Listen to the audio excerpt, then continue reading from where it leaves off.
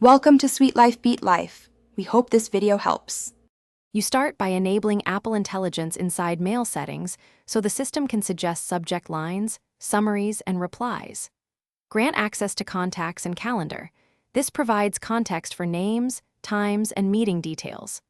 Once done, make sure iCloud Sync is active so suggestions match across iPhone, iPad, and Mac. You'll see immediate, lightweight suggestions in Compose and Message View. These steps let the model use relevant data while respecting your device-level privacy controls. You now interact with suggestions while composing. Accept inline text with Tab on Mac or Tap on iOS and edit to preserve your tone. This trains your habits.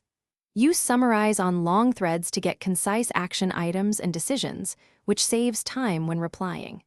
When you need a follow-up or action list, prompt Draft with AI and add constraints like length or tone. Doing these things repeatedly helps the system prioritize useful phrasing and common follow-up patterns for you.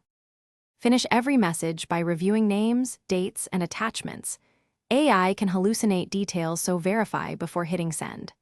If suggestions feel off, go to Settings to revoke data access or reset Apple Intelligence to retrain from a clean slate. Make small, corrective edits instead of wholesale acceptance to nudge future outputs.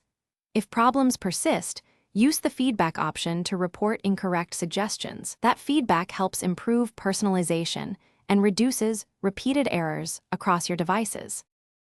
Thanks for watching. Consider subscribing if we helped you.